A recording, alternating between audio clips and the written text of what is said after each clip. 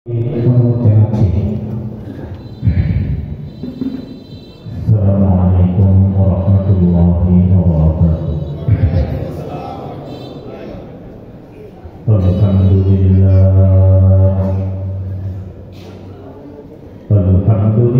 nahmaduhu wa nasta'inuhu wa nastaghfiruhu wa nu'minu bihi wa natawakkalu 'alaihi wa na'udzu billahi min shururi anfusina wa min sayyiati a'malina. Man yahdihillahu fala mudilla lahu wa man yudlilhu fala hadiya lahu. Wa nashhadu an la ilaha illallah wahdahu la sharika lahu. ونشهد أن سيدنا وسندنا ومحبوبنا ومولانا محمدا عبده ورسوله. أما بعد فأعوذ بالله من الشيطان الرجيم. بسم الله الرحمن الرحيم. يوم لا ينفع مال ولا بنون إلا من أتى الله بقلب سليم. وعن نعمان بن بشير رضي الله عنه قال قال رسول الله صلى الله عليه وسلم ألا إن في الجسد لمضغة إذا صلحت صلح الجسد كله وإذا فسدت فسد الجسد كله ألا وهي القلب. وقال عليه الصلاة والسلام المرء مع من أحب أو كما قال عليه الصلاة والسلام.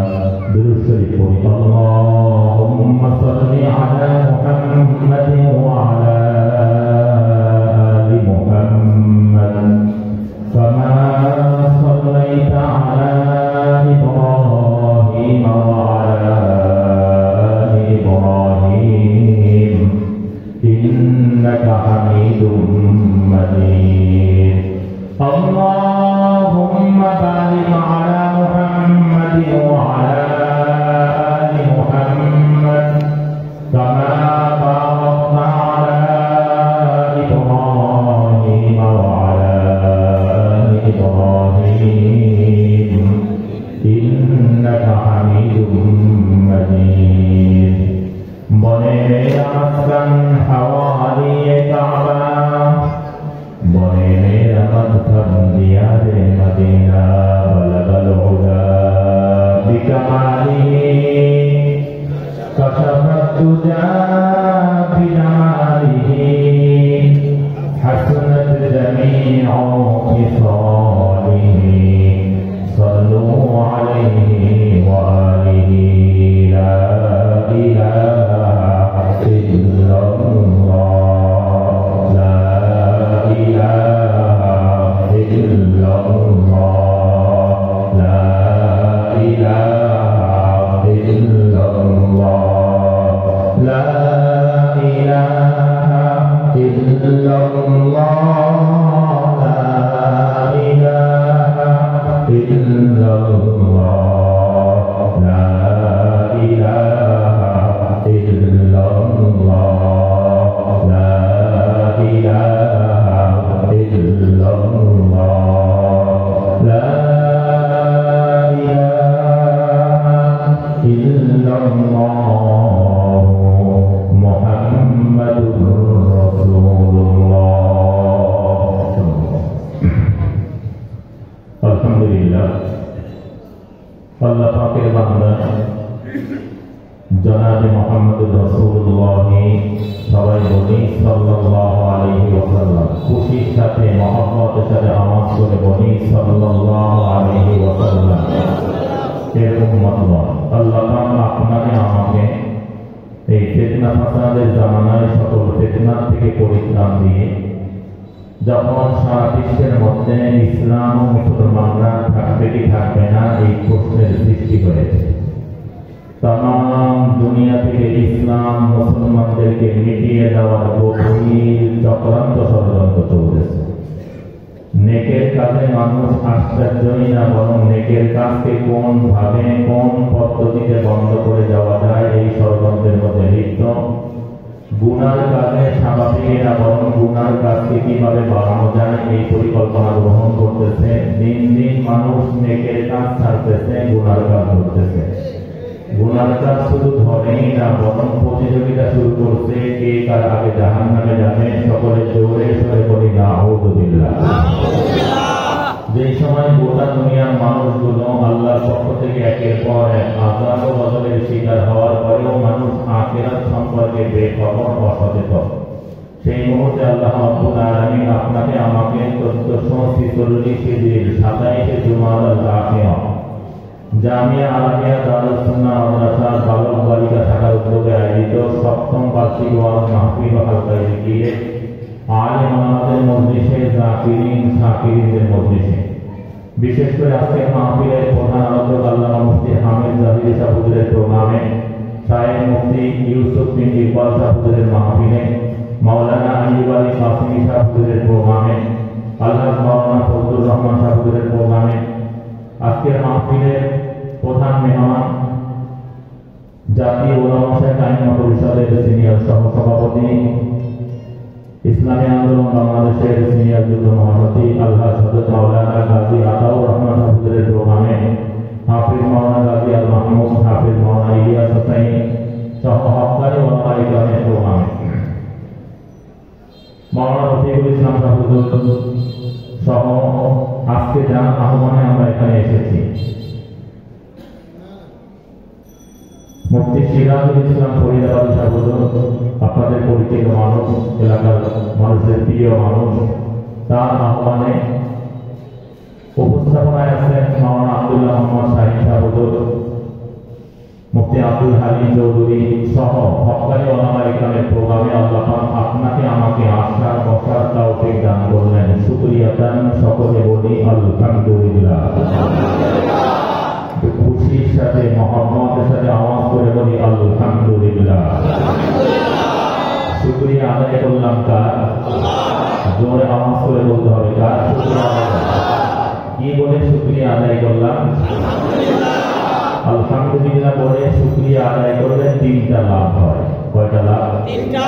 Number 1, আলহামদুলিল্লাহ বলার সাথে সাথে মিজানের পাল্লাকে আল্লাহ রাব্বুল আলামিন নেকিতে পরিপূর্ণ করে দেন। Number 2, এই নিয়ামতের জন্য আলহামদুলিল্লাহ বলে ওই নিয়ামতকে আল্লাহ সাথে সাথে বাড়িয়ে দেন।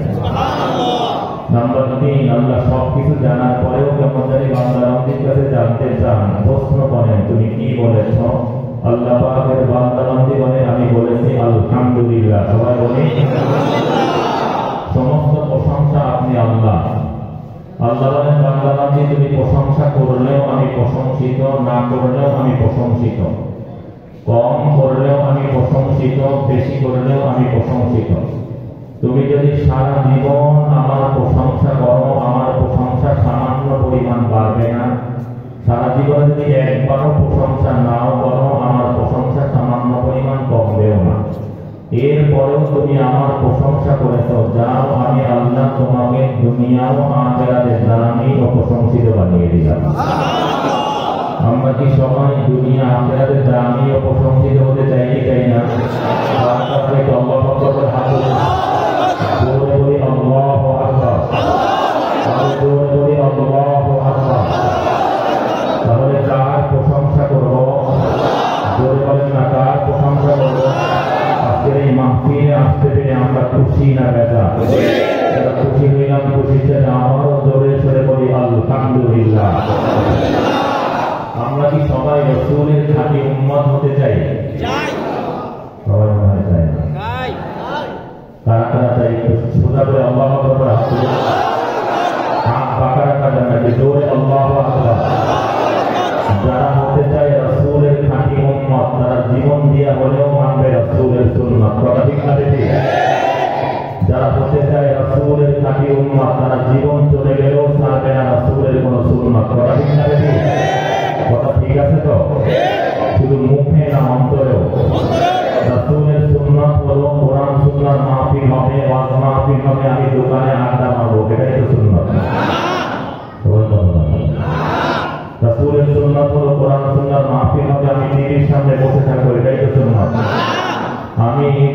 গ্রামভোট নিয়ে খেলা করবো, এটাই তো সুন্নাত।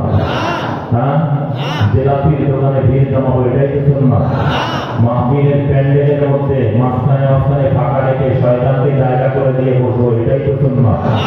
না সব কিছু পরিহার করে কোরআন সুন্নাহর মাহফিলে এসে মিলে মিলে জমে জমে বসা, এটাই তো সুন্নাত। এটা কি পালন করতে সবাই রাজি আছে? আবার একটু বলে আল্লাহু আকবার বলে আল্লাহ তাওফীক দেন। একটু ফাঁকা রাখা যাবে না, কোনো ফাঁকা যেন না থাকে। যারা দাঁড়িয়ে আছেন, যারা রাসূলের সাথী উম্মত হতে চাই, সবাইকে আহ্বান করবো, আমরা কেউ রাস্তাঘাটে থাকবো না। অনেক আড্ডা হয়েছে, অনেক ঘোরাঘুরি হয়েছে, একটু পরে প্রধান আলোচনা করবেন, সবাই মিলে মিলে বসবো, একটু ফাঁকা যেন না থাকে। আমার কিছু ভাইয়েরা রাস্তাঘাটে যারা আছে এদেরকেও ভিতরে ঢুকায় দেয়, আদরের সাথে আদর করে ভাইদেরকে ঢুকায় দেয়। তবে যত যাই বলেন, আজান যত ভালো মুয়াজ্জিন দেখ না কেন, মসজিদ যত সুন্দরই হোক না কেন, মসজিদের বাড়ির পাশে বাড়ি হওয়ার পরেও বারবার আজান শোনার পরেও মসজিদে আসার তৌফিক হয় না, এরকম লোক আছে না? সবাই কথা বলতে হবে।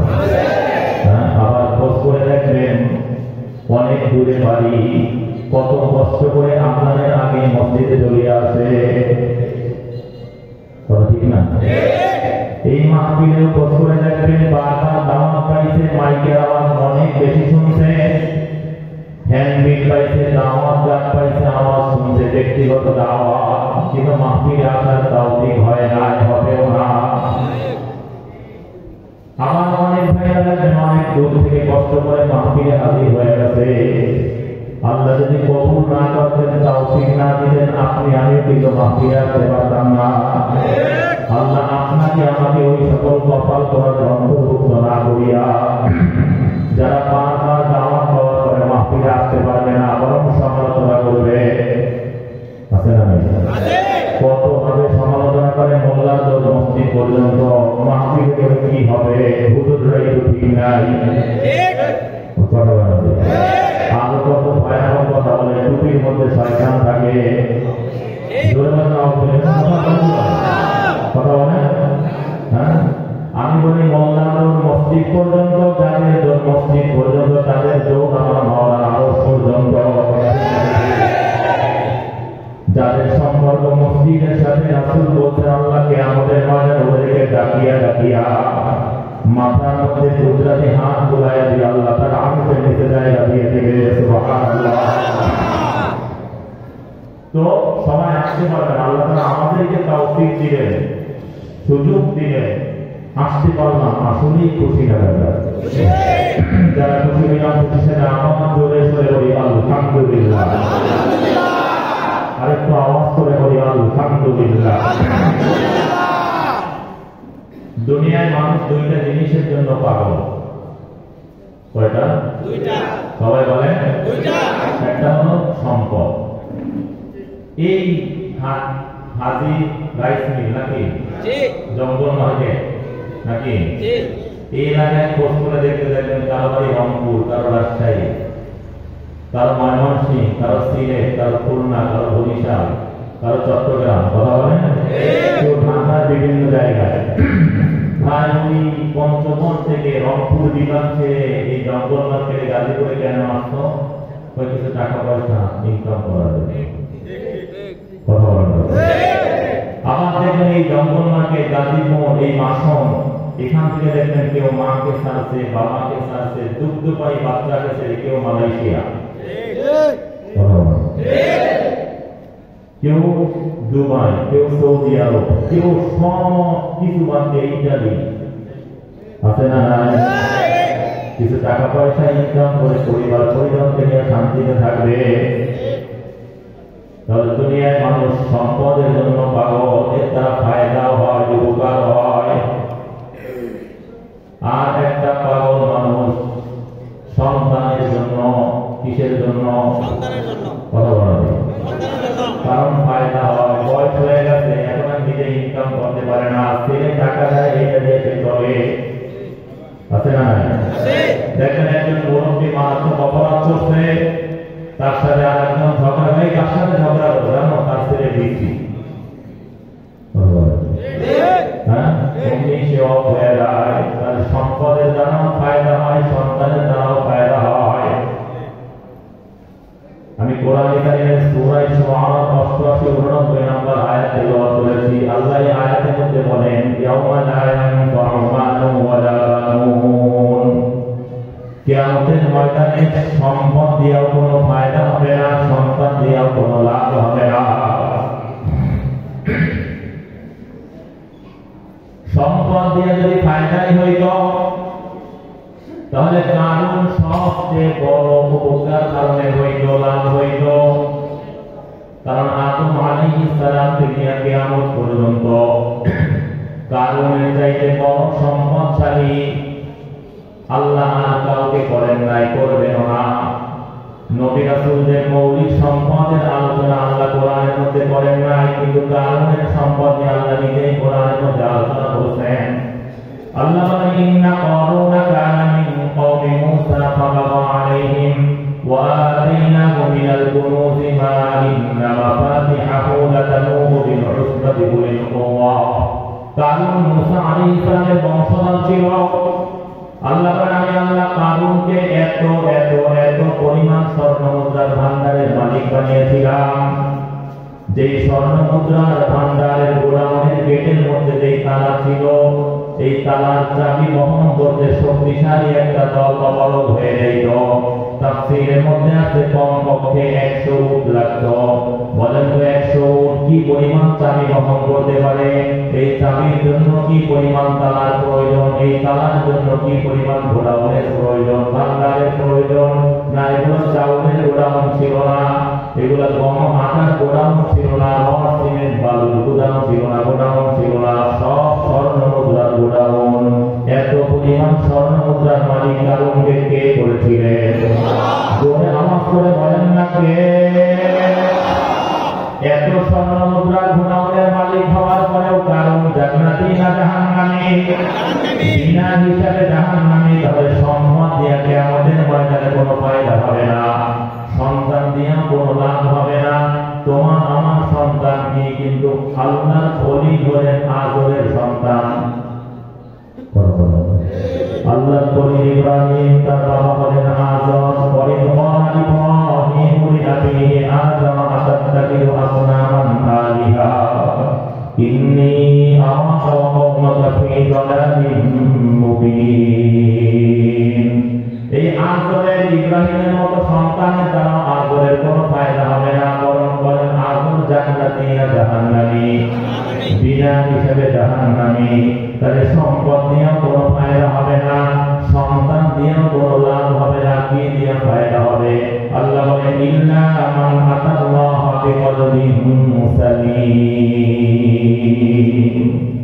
তবে যারা কলবে সালিম নিয়া, অহংকার মুক্ত কলব নিয়া, হিংসা মুক্ত মন নিয়া, লোভ লালসা মুক্ত মন নিয়া, ধোঁকাবাজি মুক্ত মন নিয়া আমি আল্লাহর কাছে হাজির হবে। লোকটা রিক্সাওয়ালা কিনা দেখা হবে না, দিন মজুর কিনা দেখা হবে না, কামলা কিনা দেখা হবে না, গার্মেন্টস শ্রমিক কিনা দেখা হবে না। আল্লাহ বলে, যার কলবটাকে আমি কলবে সালিম পাবো, তাকেই আমার হাবিবের জান্নাত,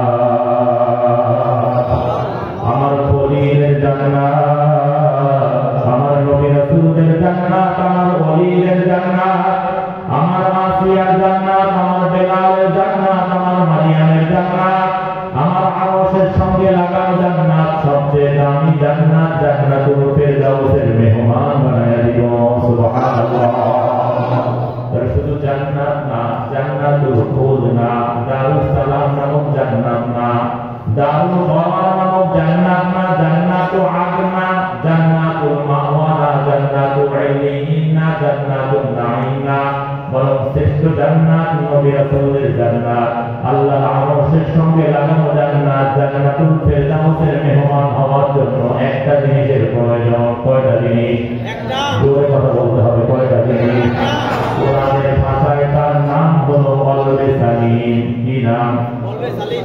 সবাই বলেন, বলেন কলবুন সালিমুন, কলবুন সালিমুন, কলবুন সালিমুন। সহজে কলবে সালিম বলেন। বাংলায় ভালো মন,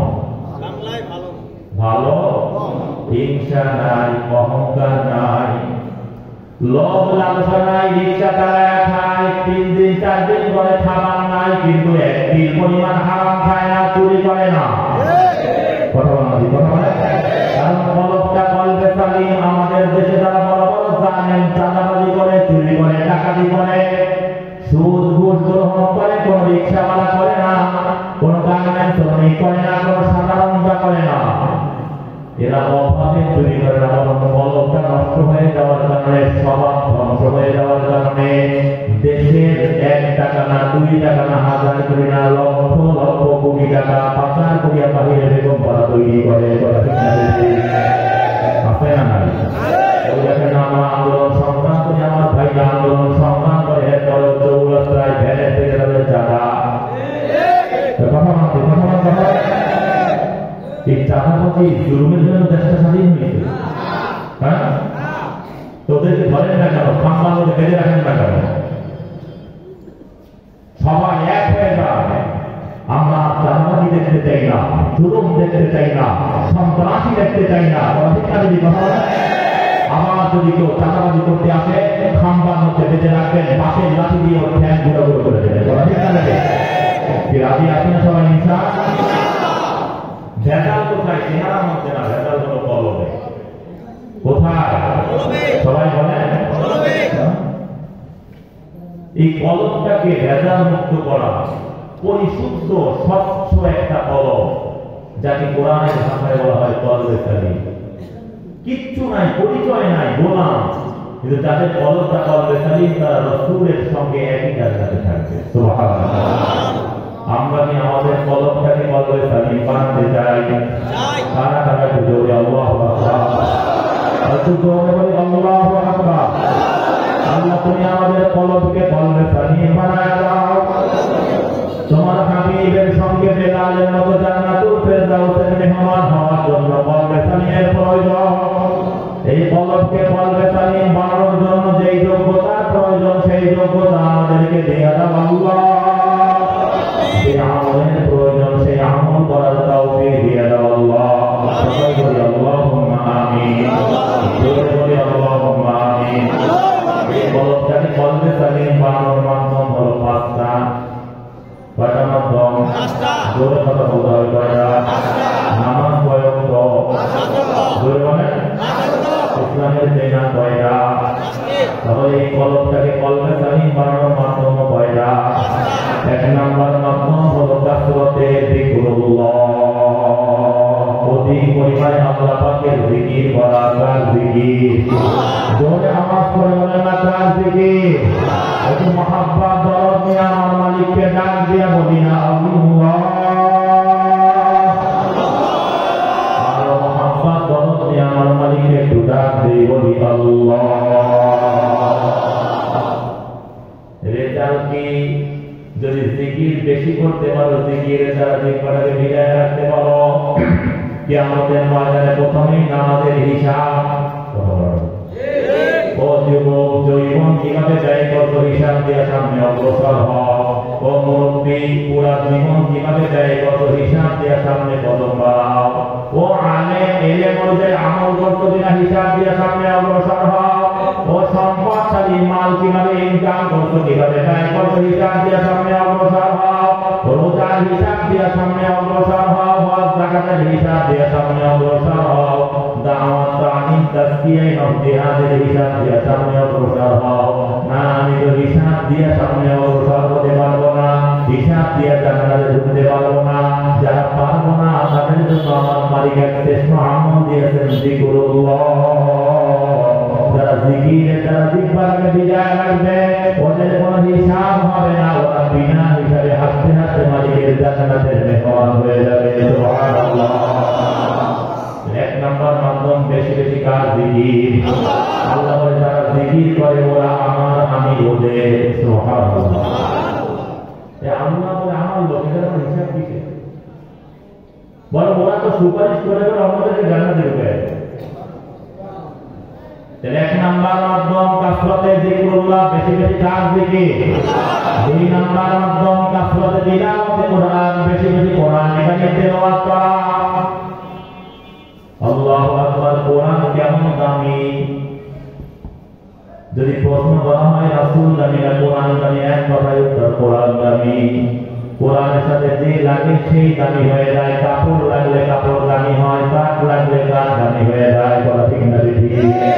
আর কোরআনের সাথে যে মানুষগুলো সম্পর্ক করে, যে মানুষগুলো কোরআন শিখে অন্যকে শেখানোর ব্যবস্থা করে, আমার রাসূল বলেন খায়রুকুম মান তাআল্লামাল কুরআন ওয়া আল্লামা, তোমাদের মধ্যে সর্বোত্তম যে নিজে কোরআন শিখে অন্যকে শেখানোর ব্যবস্থা করে। কথা ঠিক না ঠিক? আমরা কি দামি হতে চাই না? হ্যাঁ, কারা কারা চাই? নিজেরা কোরআন শিখবো, অন্যকে শিখাবো, আমাদের সন্তানদেরকে কোরআনের জন্য অর্থ করবো। আল্লাহ তৌফিক দিয়ে। 3 নাম্বার মাধ্যম কাসরাতে যিকিরুল মাউত, বেশি বেশি মৃত্যুর কথা স্মরণ করা। কিসের কথা স্মরণ করা?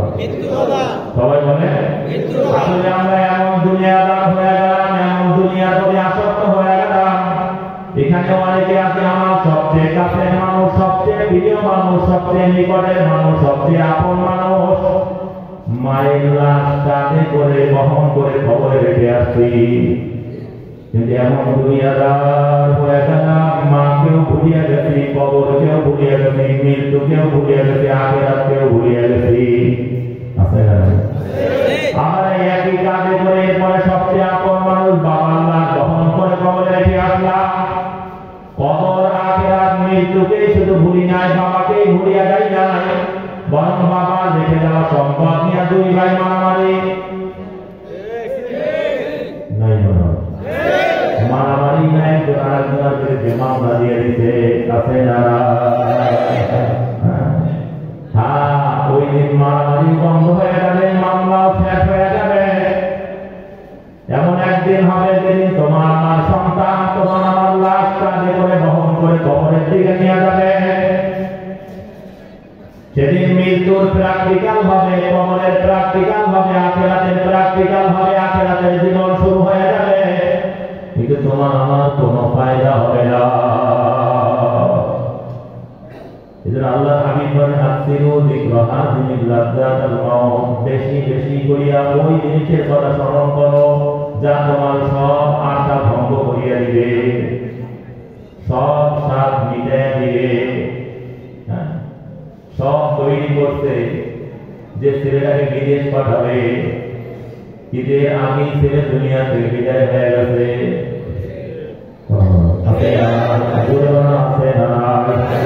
ছেলে বিদেশ থেকে অনেক কিছু নিয়ে আসবে, কিন্তু বিদেশ থেকে ছেলে আর এমনি আসে না, লাশ হয়ে ফিরে আসবে।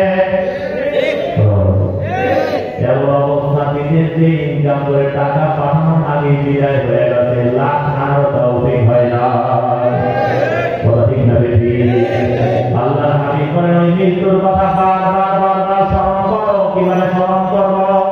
ও যুবক, খেয়াল করে আমার জীবনের শেষ মাহফিল, আর হয়তো মাহফিল আসার সুযোগ পাবো না।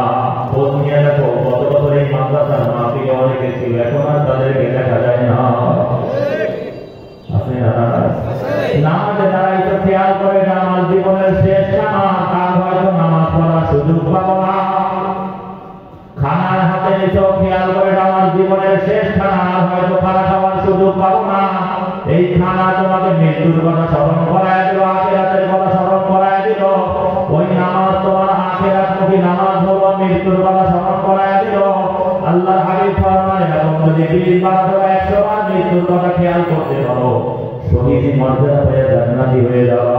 সুবহানাল্লাহ। আল্লাহ তুমি কবুল করিয়া দাও, সবাই বলি আমিন। 3 নাম্বার মাধ্যম বেশি বেশি মৃত্যুর কথা স্মরণ করা। 4 নাম্বার মাধ্যম সোহবাতে আহলুল্লাহ, নেককারদের সঙ্গে বেশি বেশি সময় দেওয়া। তাদের সঙ্গে সবাই বলেন গোলাপ কাউকে দুর্গন্ধ দেয় না, বরং গোলাপের কাছে যে যায় সে সুঘ্রাণ পাওয়া যায়। লাইট কাউকে অন্ধকার দেয় না, লাইটের কাছে যে আসে সেই আলো পাওয়া যায়। ঠিক না? আমার ভাইরা, নেককারদের মজলিসে আসলে কোনো ক্ষতি হয় না। এখানে কত মানুষ দেখেন, কোনো বিড়ি নাই, সিগারেট নাই, ধূমপান নাই, গালিগালাজ নাই, ঝগড়া নাই। কেন? এটা নেককারদের মজলিস। নেককারদের মজলিসে দেখেন না, ওই বিশ্ব ইজতেমার ময়দানে গিয়া কত নামাজি হয়ে গেল। মাত্র 3 মসজিদের ব্রাহ্মণ একটা মসজিদ একটা জামাত কথা বলেন কত আফ্রিকার ঢাকা ভাইয়া আল্লাহ হয়ে গেল এই গাজীপুরের কত নাফরমান চরমরার ময়দানে তো 3 দিনের জন্য নেককার আল্লাহর সাথে বসিয়া নামাজই শুধু হয় না আগে রাস্তা দিয়ে হাঁটতো আর গান গাইতো এখন রাস্তা দিয়ে হাঁটে আর বলে সুবহানাল্লাহ আলহামদুলিল্লাহ আল্লাহু আকবার লা ইলাহা ইল্লাল্লাহ আসেনা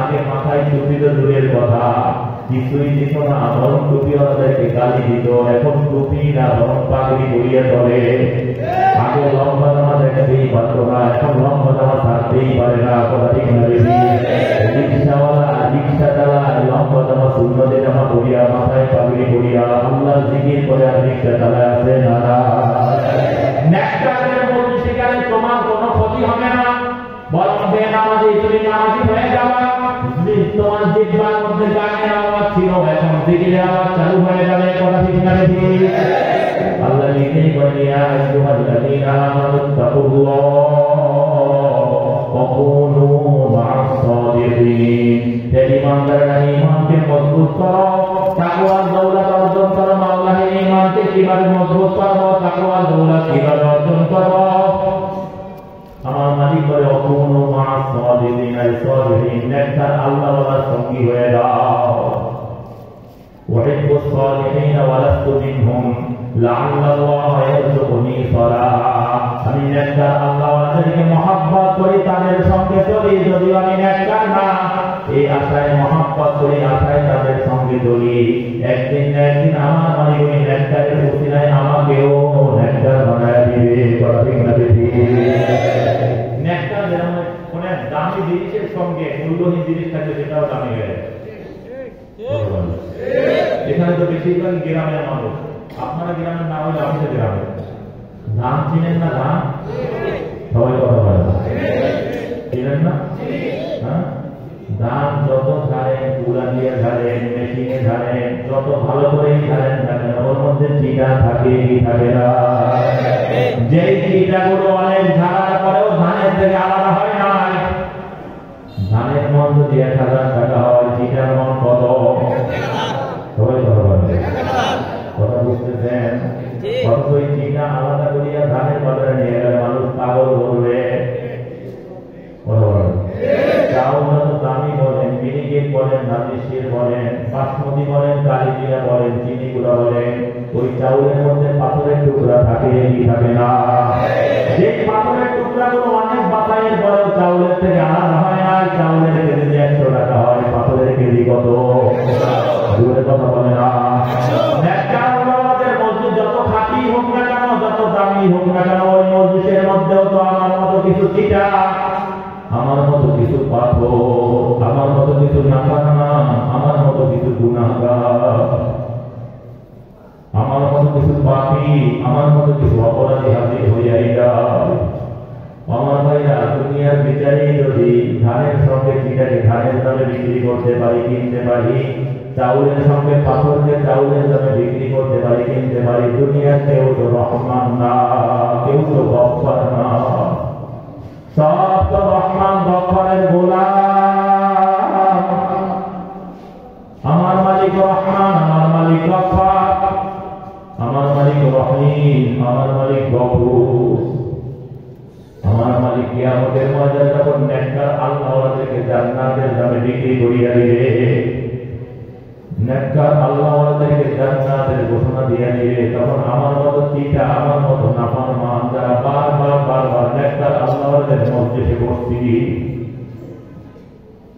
বারবার নেককার আল্লাহওয়ালাদের জুতা সোজা করার চেষ্টা করছে বারবার নেককার আল্লাহওয়ালাদের চেহারার দিকে তাকিয়ে রইছি বারবার নেককার আল্লাহওয়ালাদেরকে দেখিয়া দৌড়াইয়া গিয়া সালাম দিয়া মুসাফা করছি আমার মালিক আল্লাহ কিয়ামতের ময়দানে আমার মতো নাফরমানগুলোকে আলাদা করে জাহান্নামে ফেলাইয়া দিবে না বরং নেককার আল্লাহওয়ালাদের মজলিসে হাজির হওয়ার কারণে তাদের সাথে সব চলার কারণে আমার মালিক আমার মতো নাফরমানগুলোকেও জান্নাতের দামে বিক্রি করে জান্নাতি বানায়া দিবে। আমার ভাইরা নেককারদের মজলিসের কথা যেখানেই শুনবো হাজির হয়ে যাবো। কথা ঠিক না বেশি রাজি আছে না সবাই ইনশাআল্লাহ? বাংলাদেশে নেককারদের সবচেয়ে বড় দুইটা মজলিস হয়, একটা হলো বিশ্ব ইজতেমা ময়দান, আর একটা চরমনায় মাহফিল। এখানে লক্ষ লক্ষ আল্লাহ হাজির হয়। আগামী 31শে জানুয়ারি, 1, 2, 1 ফেব্রুয়ারি বিশ্ব ইজতেমা ময়দানে হক্কানি ওলামা ইকরামের তত্ত্বাবধানে বিশ্ব ইজতেমা হবে। আমরা তওবা নিয়তে, আমলের নিয়তে, কারা কারা যাওয়ার নিয়ত আল্লাহ জোরে আল্লাহু আকবার। আল্লাহ তুমি কবুল করিয়া নাও। আমিন। আগামী 19, 20, 21 ফেব্রুয়ারি বুধ, বৃহস্পতি, শুক্রবার ঐতিহাসিক চরমনায় বার্ষিক ফাল্গুনের মাহফিল হবে, যেখানে লক্ষ লক্ষ আলেম ওলামা হাজির হয়, দেওবন্দের বড় বড় ওলামা ইকরাম হাজির হয়। ওই মাহফিলে তো তওবা নিয়তে, আমলের নিয়তে কারা কারা হাজির হওয়ার নিয়ত আল্লাহ জোরে আল্লাহু আকবার। অনেক আন্তর্জাতিক আল্লাহকে কবুল করে বলে জোরে বলে আল্লাহু আকবার। আল্লাহ কবুল করুন, সবাই বলি আমিন। একটা আল্লাহর মসজিদে হাজির হব। এবার যুবকের প্রশ্ন, মুরব্বীর প্রশ্ন, হুজুর এখন থেকে জিকির করব, তেলাওয়াত করব, এখন থেকে নেককারদের সোহবতে সময় কাটাবো,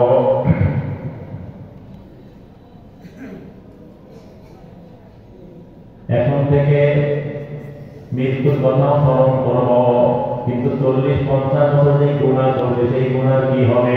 এরকম একটা প্রশ্ন আছে না? কথা বলা আছে না? এটার জন্য আমার অনেক একটা শ্রেষ্ঠ মাধ্যম দিতে। 5 নাম্বার মাধ্যম, কলবকে কলবে তালি বাড়ানোর, তার নাম হলো তওবা। কি নাম?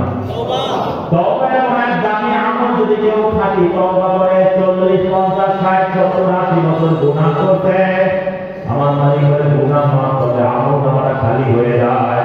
যারা তওবা করে আমার মালিকের কাছে এত দামি, এত মর্যাদা দেয়, আল্লাহ বলে আমি ওদের গুনাহ মাফ করি না, বরং যেই পরিমাণ গুনাহ নিয়ে তওবা করে সব গুনাহগুলোকে আমি আল্লাহ নেকি বানায় দেব।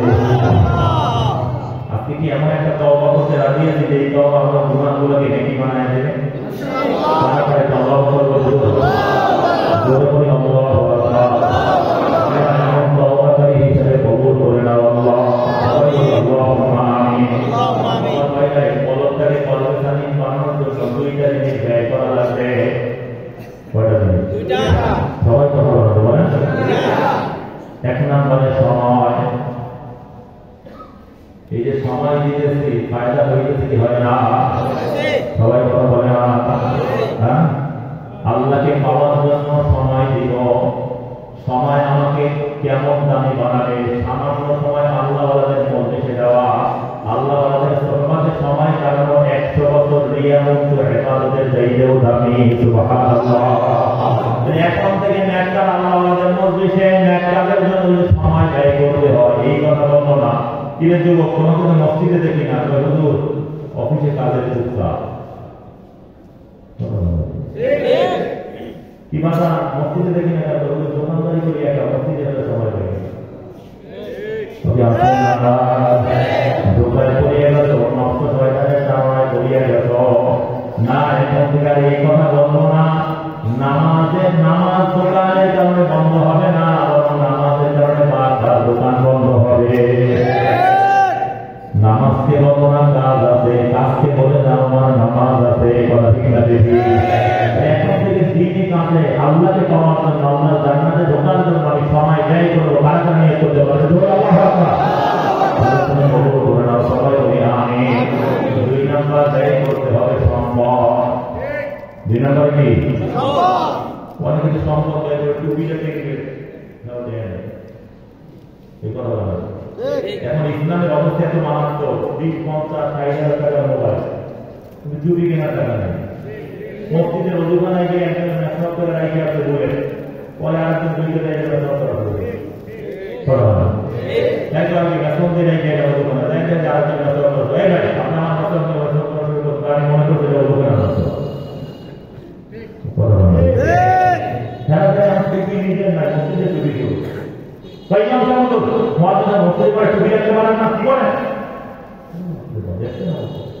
যারা এখন মসজিদে ছুটি আর অভিযান সব বের করে যায়। ওকে এই অংশ করে দিতে না, এই অংশ করে দিয়ে একটা মোবাইল রাখতে পারে না মসজিদে, বাসায় একটু ফোন করা লাগে, খালি কোনো চিঠের ব্যাপার কথা মানে আমি ছুটি তো মসজিদের, এই ছুটি যদি বাড়িতে রাখি তাহলে আকাম করতে পারবো না, বিড়ি দাঁড়াইতে পারবো না, বাসা খাইতে পারবো না, কথা ইত্যাদি দিই ছুটি বাদ দিয়ে গেছে। এদের এই টুপির জন্য, এই সুন্নতি পোশাকের জন্য, দস্তারখানের জন্য, মেসওয়াকের জন্য, কোরআনের জন্য আমার সম্পদকে ব্যয় করবো আল্লাহর দ্বীন প্রতিষ্ঠার জন্য, আল্লাহর দ্বীন প্রতিষ্ঠানগুলোকে সজাগ রাখার জন্য সম্পদ ব্যয় করবো। কারা কারা নিয়োগ করতে পারবে? জোরে বলি আল্লাহু আকবার। আল্লাহ কবুল করে সবাই আমিন। আমি তো রিক্সা, আমি তো দিন মজুর, আমি দিনের জন্য কিভাবে সম্পদ ব্যয় করবো? এরপর একটা প্রশ্ন আছে না? এখানে এরকম কে আছেন যে মাসে মাস তার চুলার মধ্যে আগুন জ্বলে না, খাবার তৈরি হয় না, আল্লাহ পছন্দ করে বললাম আমি আমার স্থাবর অস্থাবর সম্পত্তি বিক্রি করে হলেও আল্লাহ রহমানের উপর ভরসা করিয়া এরকম যদি কেউ থাকে মাসে মাস খাবারের কোনো ব্যবস্থা নাই, চুলার আগুন জ্বলে না, তার জিম্মাদার আমি নিয়ে নিব, এরকম কেউ আছে? পরিবারে এরকম মাসে মাস অতিবাহিত হইতে চুলার মধ্যে আগুন জ্বালানোর মতো কোন সুযোগ হয় না। কখনো একটা শুকনা থাকু, কয়েকটু থাকু, এটা দিয়ে পরিবার চলত।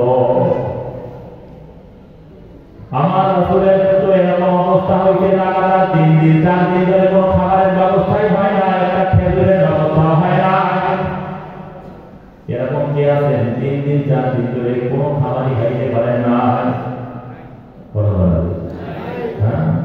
একবার আল্লাহ 3 দিন ধরে কোনো খাবার নাই, তৃতীয় দিন জোরে দাঁড়ায় বললেন ক্ষুধার যাত না, চিন্তা করে একটু ফাতেমার বাড়িতে যায়, দেখি খাবারের কোনো ব্যবস্থা হয়নি না।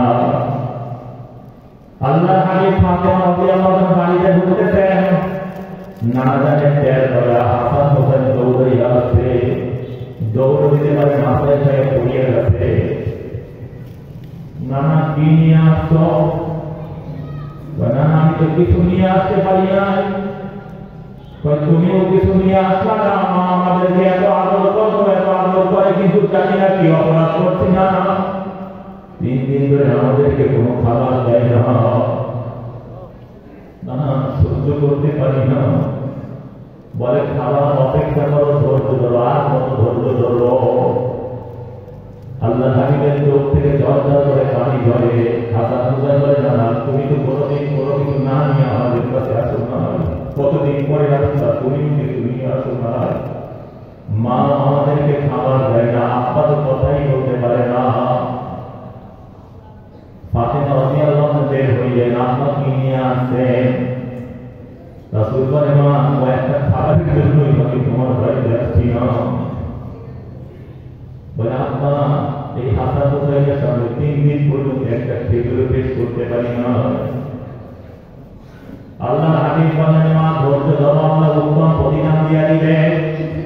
ফাতেমা রাদিয়াল্লাহু আনহা ইয়া রাসূলুল্লাহ ইয়া হাবিবাল্লাহ ইয়া আমার সম্মানিত বাবা, আমরা বড় মানুষ ধৈর্য ধরো, কিন্তু হাসান হুসাইনের অবস্থা কি হবে? আল্লাহ হাবিব বলেন ফাতেমা ধৈর্য ধরো, বলে আলী কোথায়? তার অবস্থা অনেক মারাত্মক, 3.5 দিন ধরে কোনো খাবার খায় না, কোনো খাবারের ব্যবস্থা হয় না। কিছুক্ষণ আগে ছটফট করতেছেন, ক্ষুধার আর সহ্য করতে পারে না। আমাদের একটা পুরাতন ছেঁড়া কম্বল পেটের নিচে দিয়ে গড়াগড়ি করতেছিল, হঠাৎ বেহুশ হয়ে পড়িয়া গেছে। আল্লাহ হাবিব বলেন ফাতেমা আলীকে ডাক দাও। ফাতেমা রাদিয়াল্লাহু আনহা আলী রাদিয়াল্লাহু মাথার মধ্যে হাত দিয়ে নাড়াচাড়া করে, কিন্তু আলী টের পান না, হুঁশ ফিরে না। আল্লাহ হাবিব ফাতেমা রাদিয়াল্লাহু আনহা সময় দিলেন, নিজেই মাথার উপরে হাত দিলেন। আলী রাদিয়াল্লাহু টের পান না, কিছুক্ষণ পরে তাকায় দেখে সাইয়্যিদুল মুরসালিন মুহাম্মদুর রাসূলুল্লাহ সাল্লাল্লাহু আলাইহি ওয়াসাল্লাম মাথা মেসেজ করতেছেন। আলী রাদিয়াল্লাহু আনহু শক্তি বাড়িয়ে গেছে। আমি লাম্বাইকা ইয়া রাসূলুল্লাহ বলে লাম দিয়ে দাঁড়ায় গেলাম।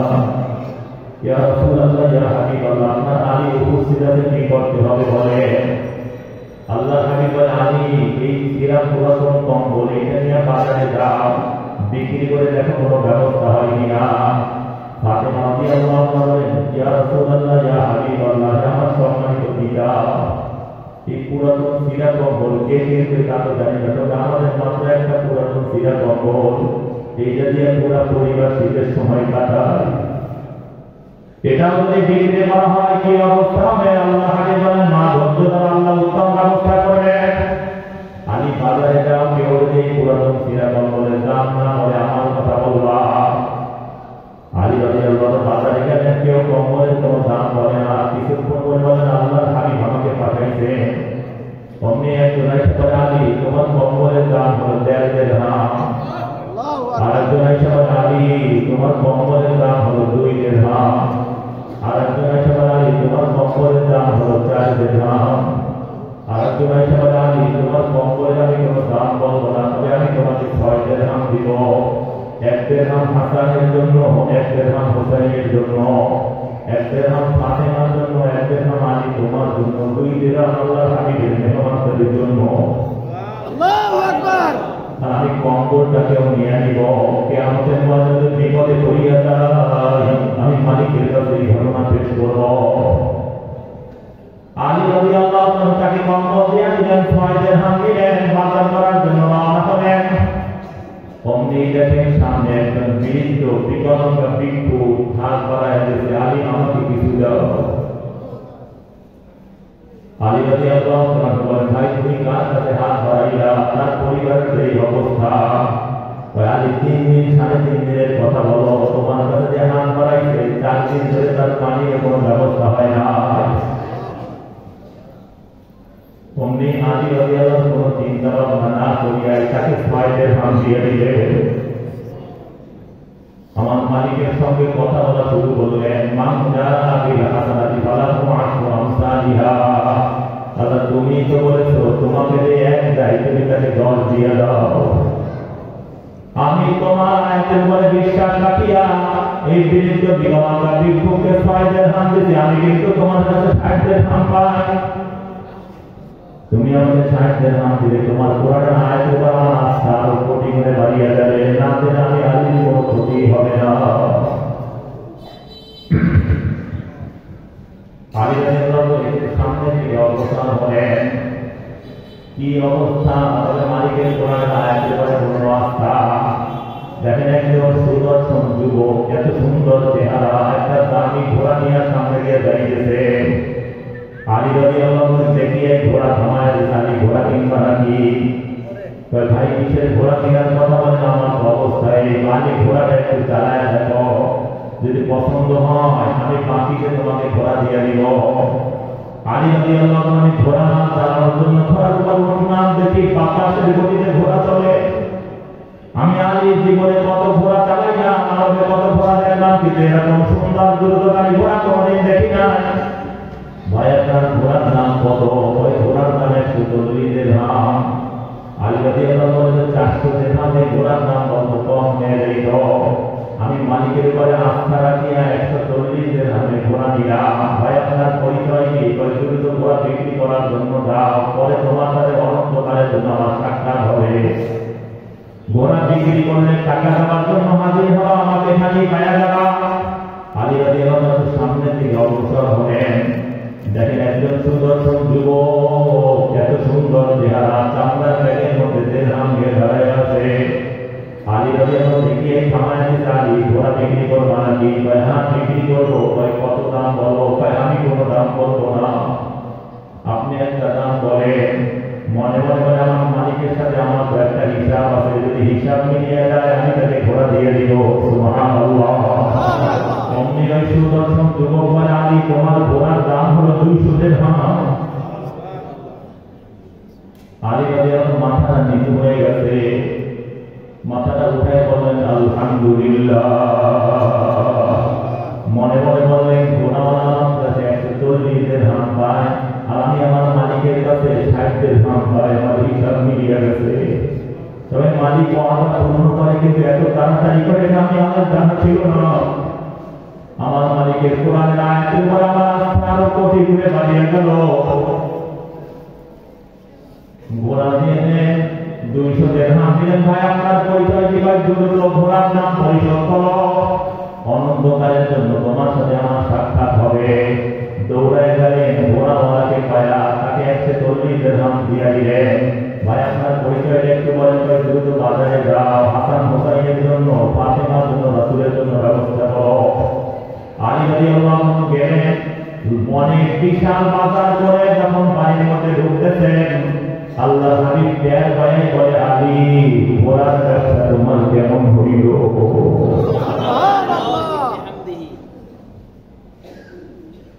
আলী রাদিয়াল্লাহু আনহু, ইয়া রাসূলুল্লাহ, ইয়া হাবিবাল্লাহ, কিসের ঘোড়ার ব্যবসা? আমরা তো আলীকে সিরা কম্বল নিয়ে, পুরাতন কম্বল নিয়ে বাজারে পাঠাইছিলেন। আল্লাহ হাবিব বলে, আলী, ঘোড়ার ব্যবসা করে করছো বাজারের রাস্তার মধ্যে, আর এটাকে আমি মনিটরিং করেছি হুজরা মহল থেকে। আমি যে বিকলাঙ্গা ভিক্ষুক তোমার কাছে হাত বাড়ায় দিয়েছিল, এ কোনো ভিক্ষুক না, আল্লাহ ফেরেশতা মালাকুল মউত আজরাইল পরীক্ষার জন্য হাজির হয়েছিল। আমাকে মালিক সব দেখাইতেছেন, আমি চিন্তা করতেছেন আমার আলী ফেল করে কিনা, 2 দিরহাম দান দিয়া 4 দিরহাম দান করে কিনা, অনেক সময় মাপ দেয় ফিরে দেয় কিনা। আমার আলী একটু চিন্তাও করে না, আমার আলী 6 দিরহাম দান করে আলী প্রথম পরীক্ষায় তুমি পাস করছো। দ্বিতীয় যে সুদর্শন যুবক দামি ঘোড়া নিয়ে তোমার সামনে চলতেছিল, এ দুনিয়ার কোন ব্যক্তি না, আল্লাহর ফেরেশতা জিবরাইল জান্নাতের ঘোড়া নিয়ে হাজির হয়ে গিয়েছিল, পরীক্ষার জন্য আসছিল। আমি চিন্তা করছিলাম আলী তিন ঘোড়া হইয়া ফিরে যায় কিনা, কিন্তু মালিকের উপরে আস্থা রাখি আলী কোনো চিন্তা করে না।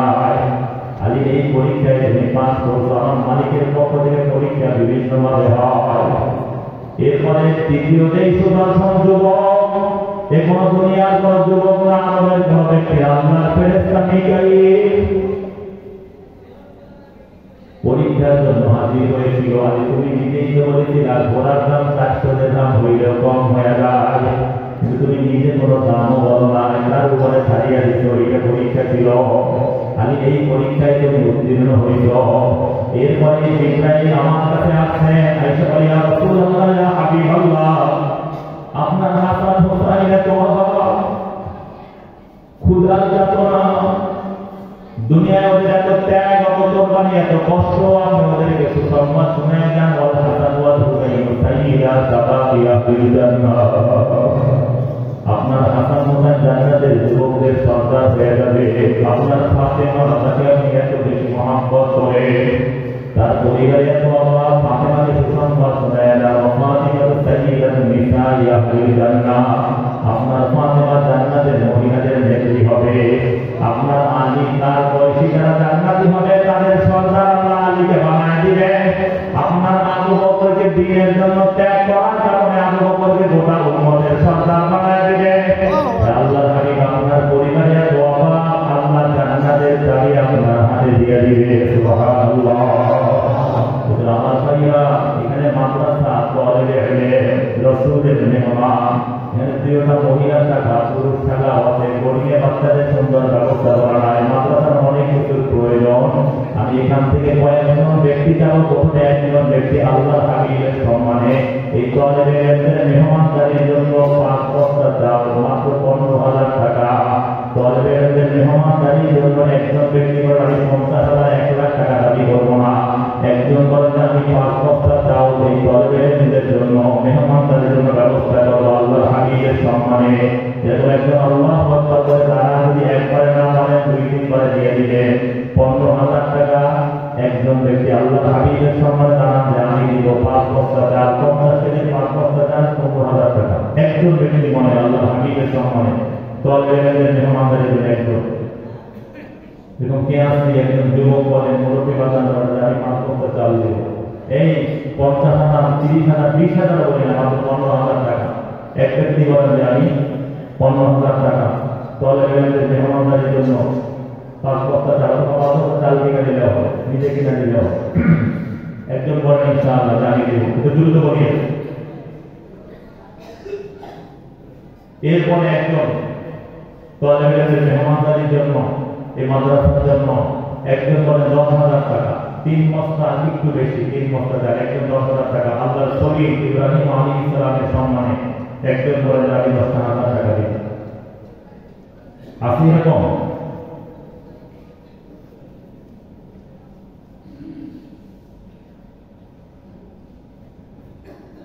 আর সবচেয়ে বড় একটা আমি নিয়ে যে দাওয়া হাদিসের একটা সেফটি কাম মূল্য 10,500 টাকা। মা বাবার মাফেরাতের জন্য 5 সেট ঠেকলা 5 সেট কিতাব লাগে 10,500 টাকা। আর জীবন সব চলতে থাকে দাওয়া হাদিসের কিতাব। এর মধ্যে যদি কেউ থাকে 10,500, হ্যাঁ 5 জন লোক জানি কিতাব হুজুরের কাছে পরামর্শ করলে হুজুরের সাথে দেও দিয়ে দিতে পারবেন, নিজেও দিতে পারবেন 10,500 টাকা। এরকম 5টা লোক বলি ইনশাআল্লাহ জানি 10,500 টাকা এই কিতাবের জন্য 5 সেট কিতাবের প্রয়োজন দাওয়া হাদিসে। এরকম বলি যে একজন প্রথমে দাঁড়ায় মা বাবার মাফেরাতের জন্য সবটায় দাঁড়িয়ে সবচেয়ে দামি একটু পরীক্ষা করে দেখেন, আল্লাহ মাহরুম করেন না।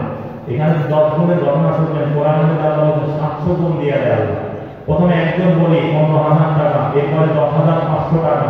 5 জন ব্যক্তি ইসলামের বেনাম মাস্তা ইব্রাহিম খলিলুল্লাহ সম্মানে একজন, 4 খলিফার সম্মানে 4 জন বলেন 10,500 টাকা অ্যাকসেপ্ট করে কি নাম দিবেন। এরকম একটু 2-1 যুবক আমার মুরব্বীরা আছেন, অনেকে আসলে একটু বলেন ইনশাআল্লাহ যে আমি দিয়ে দেব। প্রথমে একজন ব্যক্তি বলেন ইনশাআল্লাহ।